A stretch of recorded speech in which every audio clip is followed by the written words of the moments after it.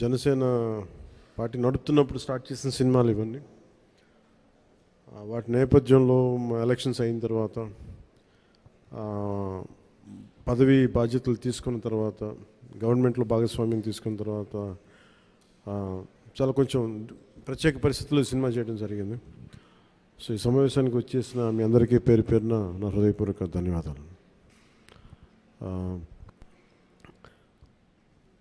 So మీరు అడగదలుచుకుంది ఏంటంటే print media నుంచి కాబట్టి మీరు మాట్లాడండి సార్, ప్లీజ్ ఆస్క్. మీరు మాట్లాడతారా? సనాతన ధర్మానికి సినిమాకి సంబంధం ఉంది కదా సార్, మీరు ఎప్పటి నుంచో ఈ మధ్య సనాతన ధర్మాన్ని అంటే ఇదేంటంటే మెయిన్గా ఇందాక అందరికీ ఇంటర్వ్యూస్లో అదే చెప్తున్నాను, ఇది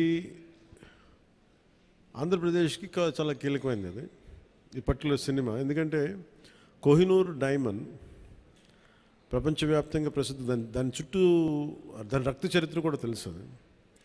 అలాంటి కోహినూర్ డైమండ్ మన విజయవాడ కృష్ణానది తీరం దగ్గర మనకున్న కొల్లూరు ఒకప్పుడు వజ్రాల గనులు ఉండే అక్కడ దొరికిన వజ్రం. అలాగే మన మచిలీపట్నం విపరీతమైన అంతర్జాతీయ స్థాయిలో ఎక్స్పోర్ట్ ఇంపోర్ట్కి లావాదేవీలకి చాలా నిలయం అది. సో అలాంటి చోట జరిగే కదా ఇక్కడ జరిగిన ఈ కోహినూర్ వజ్రం వెళ్ళి ఫైనల్గా కులీ కుతుబ్ షా నుంచి మొఘల్ ఎంపరర్ దాకా వెళ్ళి మొఘల్స్ పాలనలో దట్టు ప్రత్యేకించి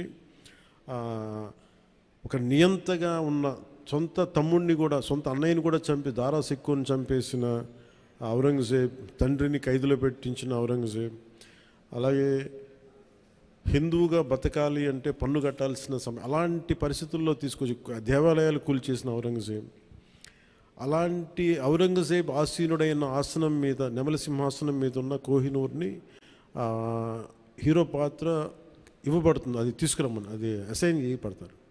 సో అది నాకు ఇంట్రెస్టింగ్ అనిపించి సినిమాని ఒప్పుకోవడం జరిగింది.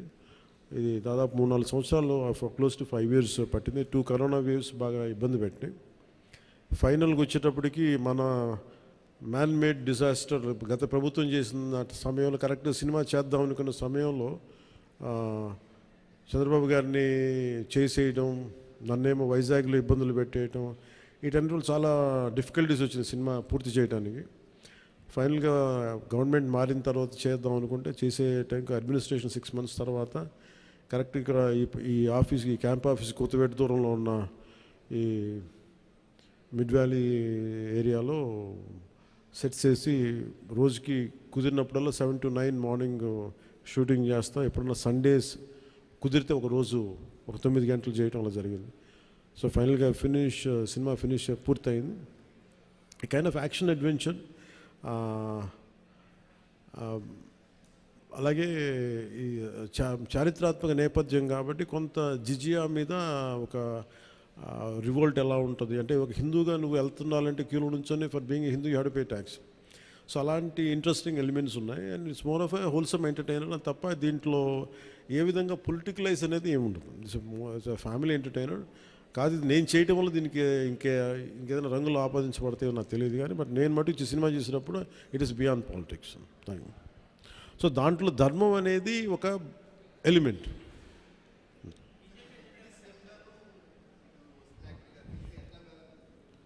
సార్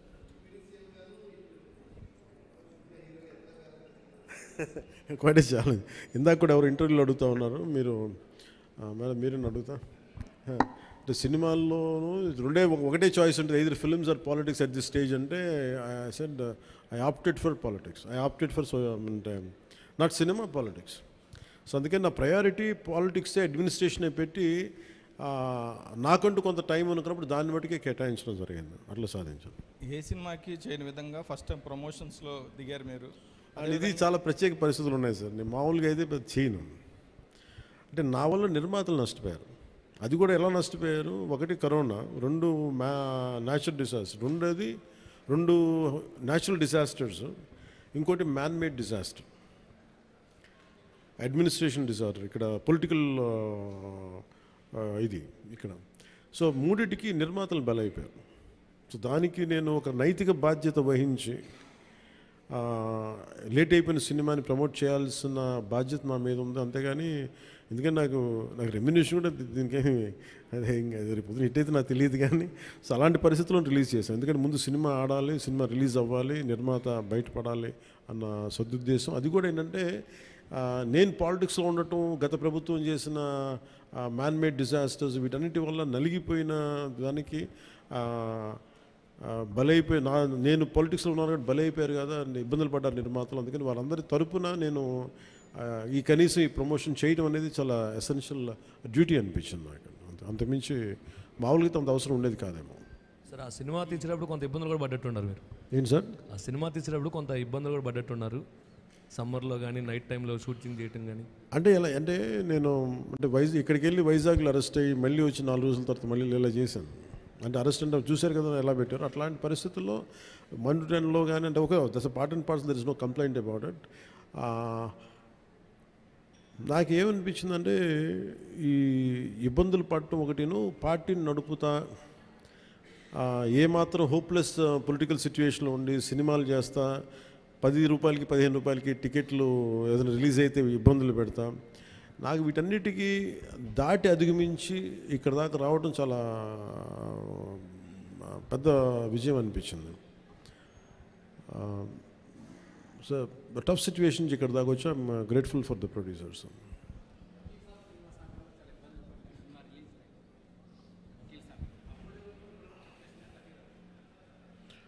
అంటే అన్నీ ఆర్గానిక్ ఉంటాయి కదండి, ఏదన్నా సహజంగా ఉంటాయి, కొన్ని ఇబ్బందులు ఉంటాయి, జరుగుతూ ఉంటాయి. అంటే నాకేంటంటే నేను సినిమాని ఇప్పుడు అంటే నేను అది ఇప్పుడు మనం చాలాసార్లు నేను ప్రతి సభలో కూడా చెప్తాను, ప్రతి చిన్న పనికి కూడా ఒక చిన్నపాటి యుద్ధమే చేయాల్సి వస్తుంది. అంటే ఏది కూడా ఒక బస్సు ఎక్కాలంటే ప్రతి సగటు మనిషి చిన్నపాటి యుద్ధం చేసే వెళ్ళాలి, ట్రైన్లో వెళ్ళాలంటే చిన్నపాటి యుద్ధం చేసి సీట్ సంపాదించాలి. అలాగా ఒక సినిమా చేయాలన్నా ఏం చేయాలన్నా ఒక సంఘర్షణ లేకుండా ఏముండదు. అందుకని సంఘర్షణ జీవనంలో భాగం అయిపోయింది తప్ప నేను పర్సనల్గా నేను ఇవన్నీ సహజం అనుకుంటాను. అంతకుమించి will move on, but how well we can stand out, ఎలా నిలబడగలం దాని మీద ఉంటుంది ఆలోచన.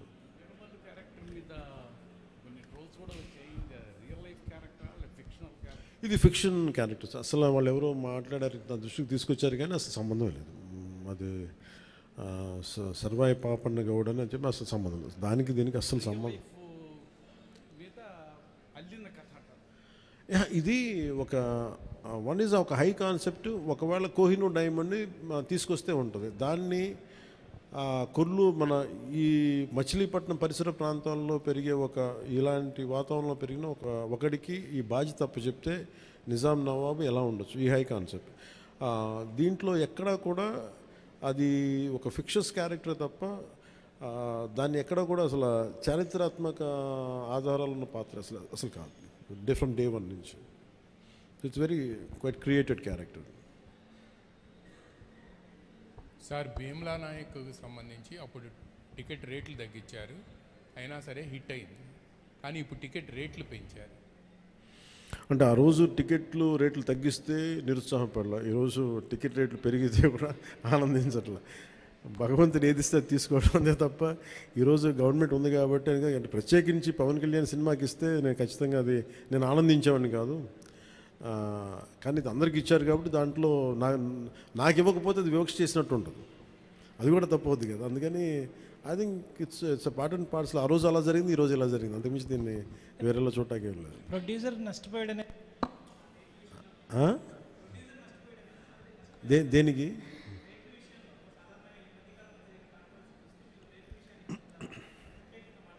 మళ్ళీ వినిపించట్లా? రేట్ల విషయంలో సినిమా టికెట్స్ రేట్ల విషయంలో ఖచ్చితంగా నేను నష్టపోయాను, నిర్మాతలు నష్టపోయారు. ఒక 5 రూపాయలు రావాల్సిన చోట రూపాయి వస్తుంది, దట్స్ ఓకే అనుకున్నాం. భగవంతుడు ఈరోజు మనకి ఇచ్చిన రూపాయితో తృప్తి పడదాం, ఖచ్చితంగా నష్టపోయాం, బట్ దట్స్ ఓకే.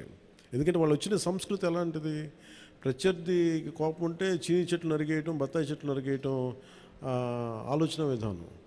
అలాంటి వాళ్ళకి ఆర్థిక మూలాల మీద కొట్టడం సహజం కాబట్టి, అది మనం యుద్ధంలో దిగాం కాబట్టి, మనం పొలిటిక్స్లో ఉన్నాం కాబట్టి part and parcel, that's will take it forward. దాన్ని వెనకడిగే తీసలేదు, దాన్ని part and parcel, we have to accept it.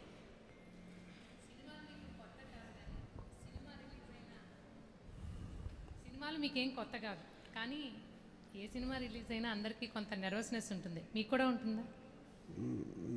నాకు నిండా మునిగినోడు చలి అని చెప్పండి. కానీ బాధ్యత ఉంటుంది. అంటే సినిమా బాగుందంటే ఆనందిస్తాను, బాగలేదంటే ఓకే ఏం కరెక్ట్ చేయాలని ఆలోచిస్తాను, అంతే తప్ప. ఎందుకంటే ఎందుకు నాకు నర్వస్నెస్ ఉంటుంది అంటే చేసేటప్పుడు చాలా ఒళ్ళు దగ్గర పెట్టుకుని చేస్తాను.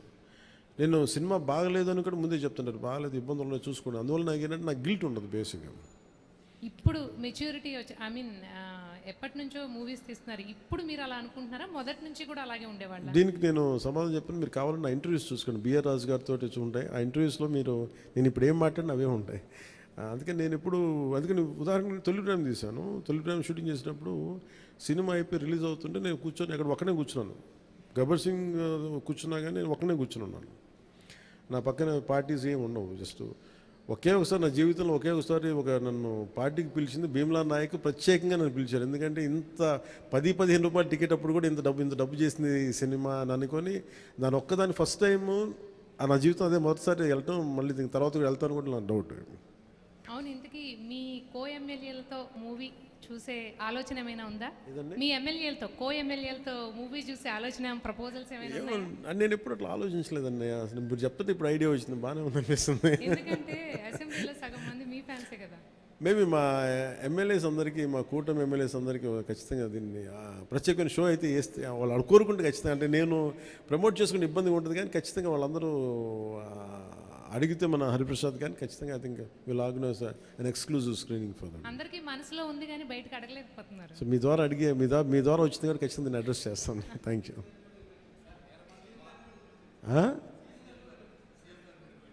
సీఎం గారు బిజీగా ఆయన సినిమాలు మా అయితే ఒక 5 నిమిషాలు చూస్తారేమో. ఎందుకు రోజు నన్నే చూస్తుంటారు కదా, సినిమా చూస్తున్నట్టు అనుకుంటారు.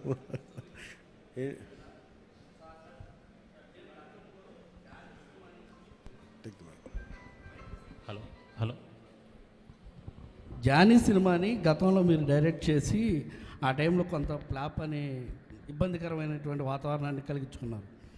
ఈ సినిమాలో మీరు లాస్ట్ క్లైమాక్స్ మీరే డైరెక్ట్ చేశారని చెప్పేసి చెప్తున్నారు. దానికి అప్పటికి ఇప్పటికీ ఏంటి, ఎలాంటి చేంజ్ని మీరు గమనించారంటే? అలాగే అంటే నేను జానీ నిన్న కూడా చెప్పాను. అంటే నాకు ఏమనిపించిందంటే ఒక సినిమా తీసేటప్పుడు చాలా నలుగుతూ ఉండేది. నేను చెప్పేది సినిమా అనేది ఒక్కటే కష్టపడేది కాదు, ప్రతి ఒక్కటి ఈవెన్ ఒక చిన్నపాటి ఉపాధి శ్రామికుడు కూడా కష్టపడతారు, యుద్ధం చేయాలి పట్టుకోటి కోసం. సినిమా ఏంటంటే చాలామంది డబ్బులు చాలా గ్లామరస్గా కనిపిస్తుంది ఫిల్మ్ ఇండస్ట్రీ. దానికి నేను ఒక చిరంజీవి గారు లాంటి అన్నయ్య ఉండి, నేను సక్సెస్ఫుల్ అయిన యాక్టర్గా ఉండి, ఖుషి తర్వాత వరుసగా విజయాల తర్వాత కూడా ఒక జానీ అనే సినిమాని నేను డైరెక్ట్ చేసేది ఆడకపోయిన వెంటనే ఒక 5 రోజులు 10 రోజులు నెల రోజుల తర్వాత ఫస్ట్ షో పడింది, ఇది బాగలేదు అనగానే వెంటనే మొత్తం ఫైనాన్షియర్స్ డిస్ట్రిబ్యూటర్స్ అందరూ నా ఇంటి మీదకి వచ్చేసారు. మాకు డబ్బులు రావట్లేదు, ఇప్పుడు ఏం చేస్తామని. నా క్వశ్చన్ ఏముందంటే, మీకు డబ్బులు ఇచ్చినప్పుడు నాకు ఎప్పుడు ఎక్స్ట్రా ఇవ్వలేదు కదా, ఇప్పుడు డబ్బులు పోయినప్పుడు అది ఉండదు అక్కడ. సో నేను కంప్లైంట్ చేయట్లా. అంటే నాకు ఏమనిపించిందంటే ఫస్ట్ టైము నాకు చాలా ఒక కాలం మాకు చెప్పిన అన్ని బంధాలు ఆర్థిక బంధాలు నాకు అది గుర్తొచ్చింది. నేను ఆ రోజు మొత్తం నా రెమ్యునరేషన్ తీసుకోలేదు, ఇచ్చేసాను. నాకేమనిపించిందంటే ఒంటరితనం అనిపించాను. అంటే ఇప్పుడు ఎలా ఉంది అంటే గత ప్రభుత్వం చేసిన ఒక దుర్మార్గాలన్నీ నేను చేసేసి అందరూ నిందిస్తుంటే నేను ఎంత బాధపడాలో, సినిమా ఫ్లాప్ అయితే నన్ను బాధపడమని అందరూ అలా చెప్తా ఉన్నాను. నా ఉద్దేశం ఏంటంటే సినిమా చేసాం, బాగలేదు, ఆడలేదు అంతే. కానీ దానికి ఏంటి ఏదో ఒక కొంపలంతా మునిగిపోయినట్టు ఇలా మొక్కలు పెట్టుకున్నారండి. అందరూ డీలా అయిపోయి ఓకే నష్టపోతే ఎంత నష్టపోయింది చూద్దామని చెప్పి ఫైనల్ నేను ఏం చేయగలిగింది, బాబు నాకు ఇచ్చిన రెమ్యునరేషన్ ఇది, నాకు రూపాయి అవుతుంది తీసుకోండి అని చెప్పి నేను ఇంకో 15 లక్షల అప్పు నేను తీసుకున్నాను. దాని తర్వాత ఇంకోళ్ళ దగ్గర ఆ అనుభవం నన్ను చాలా బలమైన వ్యక్తం చేసింది. ఆ ఒక్క జానీ ఫెయిల్యూర్ నాకు ఎంత హెల్ప్ చేసిందంటే పాలిటిక్స్లో హెల్ప్ చేసింది. నేను 2019లో ఓడిపోతే మళ్ళీ నాకు అదే గుర్తొచ్చింది. నేను ఎలా సర్వైవ్ అయ్యానప్పుడు failure is a part and parcel of growth. అది నాకు బాగా బలం ఇచ్చి నిన్న ఒక నిర్మాత ఆ రోజు అన్ని ఇబ్బందులు లేవు, కానీ రత్నం గారు లాంటి వ్యక్తి ఒక చిన్నపాటి మేకప్ అసిస్టెంట్గా ప్రారంభించిన వ్యక్తి, అంచెలంచెలుగా శంకర్ లాంటి వాళ్ళతో సినిమా తీసి పాన్ ఇండియా సినిమాలు తీసిన వ్యక్తి ఈ రోజున సినిమా రిలీజులకి ఇబ్బంది పడతా ఉంటే నాకు అనిపించింది చాలా బాధేస్తుంది. ఇది నాకు అందుకే నేను దగ్గరుండి ఈ సినిమాని ప్రేక్షకుల దగ్గరికి తీసుకెళ్ళాలి అనేది నిర్ణయించుకున్నాను. సో నాకు అందుకు అనిపించింది అనమాట. అందుకని నా జానీ అనేది ఎందుకు వచ్చిందంటే ఇంత ఫీబుల్గా ఉంటారు. అంటే మనీ దగ్గరికి వచ్చేటప్పటికి అందరూ నువ్వు చస్తావో పెడతావో తెలియదు కానీ మాకు ఇలా కట్ట ఒకసారి ఇర్లాజికల్గా ఉంటుంది. సో అలాంటి సమయంలో నాకు ఆయన అండగా నిలబడాలి. అందుకని that's reason why I quote. అందుకనే క్లైమాక్స్ ప్రత్యేకించి నేను ఎందుకు చెప్పానంటే అప్పుడు నేను కొన్నిసార్లు నేను బుల్డోజ్ చేసుకుని వెళ్ళాల్సింది. కొన్నిసార్లు రైట్ నిర్ణయం మన మనసుకు తెలుస్తుంది యాజ్ అ ఫిల్మ్ మేకర్గా. కొన్నిసార్లు పక్కన వాళ్ళు మాటలు నేను అసలు ఎప్పుడు పక్కన వాళ్ళ మాటలు విన్నాను. కానీ ఈ ఫిల్మ్కి వచ్చేటప్పటికి ఈసారి ప్రత్యేకించి ఎట్టి పరిస్థితుల్లో నేను పాలిటిక్స్లో ఉన్నాను, సినిమాలు బాగా చేయడేమో అన్న సందేహం ఎక్కువ మందికి ఉంటుందని చెప్పి ప్రత్యేకించి శ్రద్ధ పెట్టి చేశాను. సో క్లైమాక్స్ కూడా ఎందుకు చేశానంటే నేను చాలా సంవత్సరాలు అయిపోయింది యాక్షన్ కొరియోగ్రఫీ చేసి. రియల్ లైఫ్లో వీళ్ళతో గొడవలు పడుతున్నాను, సినిమాలోనే యాక్షన్ కొరియోగ్రఫీ చేశాను. సో ప్రత్యేకించి ఆ particular episode it's close to my heart. చిన్నప్పుడు ఎప్పుడో పుస్తకాల్లో చదువుకున్నాం, హిందూగా బతకాలంటే జిజియాపుని కట్టాలి. సో ఆ బాధ ఏదో ఉండిపోయినట్టుంది ఎక్కడో. సో అది ఆ వెంటౌట్ తీసుకున్న అవకాశం దొరికింది, ఐ యూజ్డ్ ఇట్ అంతే. సార్ మనం చూసుకున్నట్లయితే లేదు తీసుకుని సార్ అన్నీ బాగుంటే తీసుకుంటాను. మనం ఈ మధ్యకాలంలో చూసుకున్నట్లయితే నిర్మాతలకి కొంతమందికి మాత్రమే థియేటర్లు ఉండిపోయినాయి, వేరే వాళ్ళ సినిమాలకి ఇబ్బంది పడుతున్నారంటూ కూడా కొంత కాంట్రవర్సీ వచ్చినటువంటి పరిస్థితి సినిమా పరిశ్రమ విషయంలో. అదే రేట్ల విషయంలో కావచ్చు, థియేటర్స్ దాని విషయంలో. మీకు కూడా అలాంటిది అంటే థియేటర్స్ సరిగ్గా లభించకపోవడం, కొంత నిర్మాతలు ఏమన్నా ఇబ్బంది పెట్టే అవకాశం ఉంటుందా గతంలో లాగా? అది ఎప్పుడు అలా పెడతారని నేను ఎప్పుడు అనుకోను. ఎందుకంటే థియేటర్స్కి ఫీడింగ్ కావాలి, బేసిక్ సైన్స్. అది ఎవరు అలా చేస్తారని నేను అనుకోను. కానీ ఒకసారి కొన్ని అనుకోని పరిస్థితులు వస్తూ ఉంటాయి, అది పెద్ద మనసు వదిలేయటం అంతా. సార్ ఇప్పుడు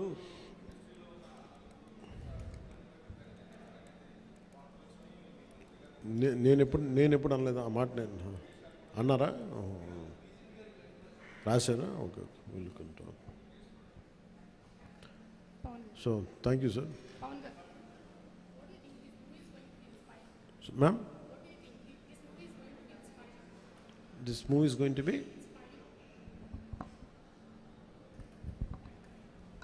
What do you think this movie is going to be inspiring by your role? అంటే ఇన్స్పైరింగ్ ఇవన్నీ నేను చెప్పలేను, కానీ I feel it is a wholesome entertainer. Once you get in to screen, it will entertain you, it will hold on to you, and it will by the time you come out of theatre, you'll feel good about the film. That's what I felt. Maybe I hope the experience will be the same to everybody. Yes sir. Part 2 20% shooting chesam. We had done 20 to 30%.